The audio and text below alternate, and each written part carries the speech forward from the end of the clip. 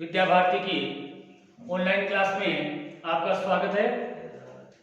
आज हम कक्षा 8वीं विषय संस्कृत में तृतीय पाठ है जिसका नाम है डिजी भारतम अर्थात डिजिटल भारत। इसका अध्ययन करेंगे।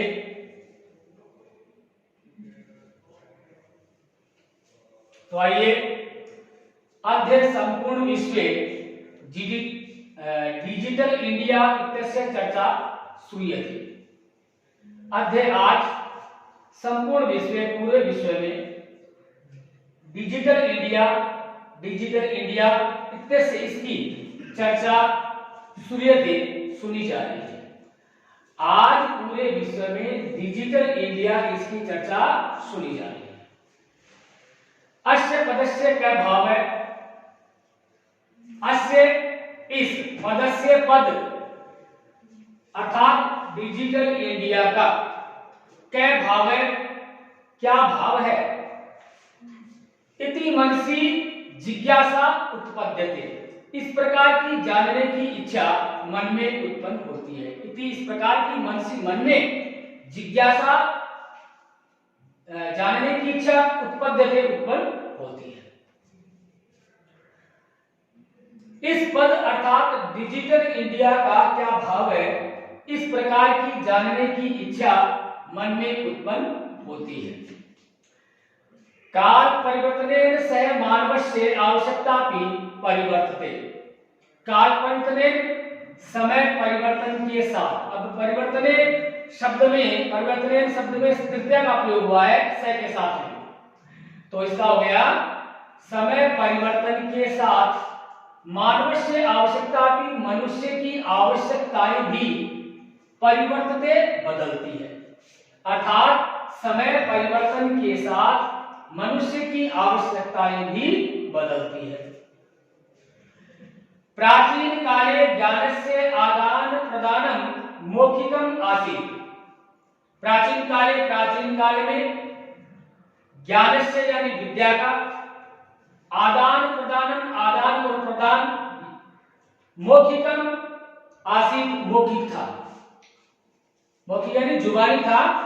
विद्या च श्रुति परंपराया दीयते स्म, और विद्या श्रुति परंपरा के माध्यम से ग्रहण की जाती थी। श्रुति परंपरा मानी सुनने की परंपरा से विद्या ग्रहण की जाती थी। गृह्यते स्म मानी ग्रहण की जाती थी। अनंतरम तालपत्रोपरि भोजपत्रोपरि च लेखन कार्यम आरब्धम। अनंतरम कुछ समय के बाद तालपत्रोपरि, तालपत्रों और भोजपत्रों पर लेखन कार्यम, लिखने का कार्य आरब्धम प्रारंभ हुआ। कुछ समय पश्चात तालपत्रों और भोजपत्रों पर लिखने का कार्य प्रारंभ हुआ। परिवर्तनी काले कर्गदस्य लेखन्या च आविष्कारेण सर्वेषामेव मनोगतानां भावानां कर्गदोपरि लेखनं प्रारब्धम। परिवर्तनी काले समय के बदलने पर, परिवर्तनी काले समय के बदलने पर कर्गदस्य लेखन्या च आविष्कारेण, कागज और लेखनी के आविष्कार से सर्वेषामेव सभी के, मनोगतानां मन में आए हुए, भावनानां भावों का, कर्गदोपरि कागज पर लेखनम प्रारब्धम लिखना आरंभ हो गया। समय के बदलने पर कागज और लेखनी के आविष्कार से सभी के मन में आए हुए भावों का कागज पर लिखना आरंभ हो गया।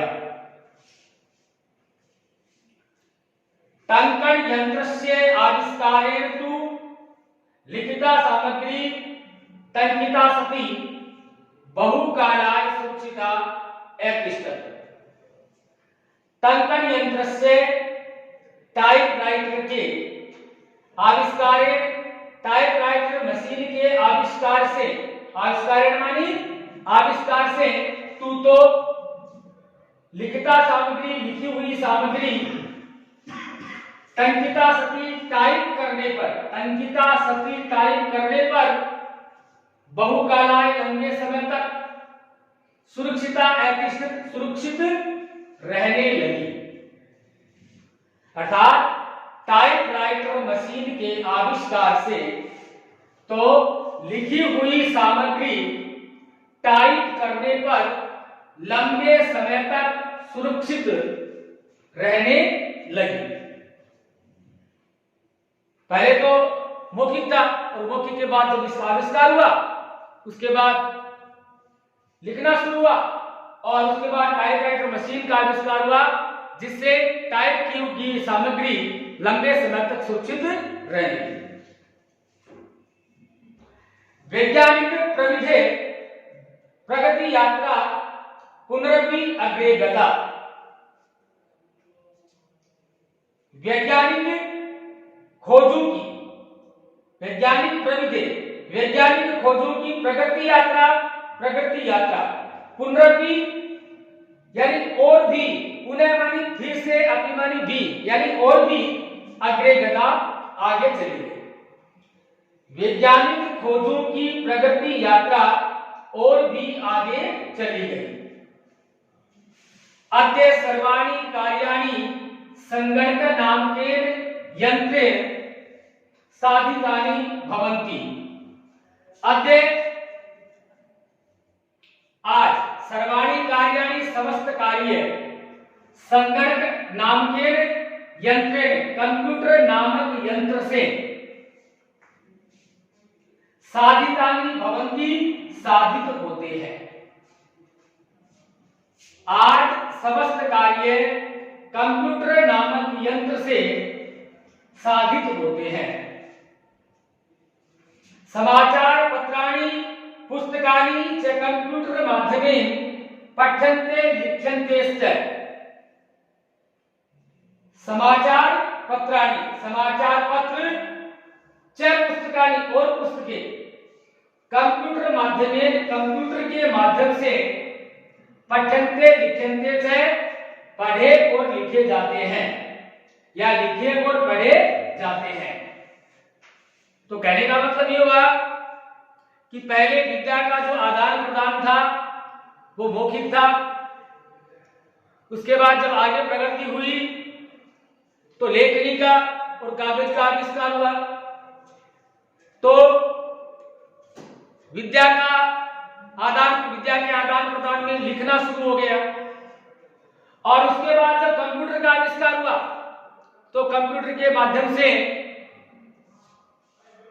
समाचार पत्रों और पुस्तकों का लिखना और पढ़ना शुरू हो गया। इस प्रकार प्रगति आगे चलती गई। वैज्ञानिक खोजों के माध्यम से हमारी जो प्रगति है आगे चलती गई और अभी भी हमारे वैज्ञानिक लगे हुए हैं नई नई खोजों के लिए। तो हो सकता है हमारी प्रगति और भी आगे जाएगी क्योंकि नई नई खोज में नए नए आविष्कार सामने आते हैं और उन्हीं पर आधारित हमारी प्रगति होती है। तो इसके आगे का पाठ का अध्ययन है वो हम अगले वीडियो में कर पाएंगे। तब तक के लिए धन्यवाद।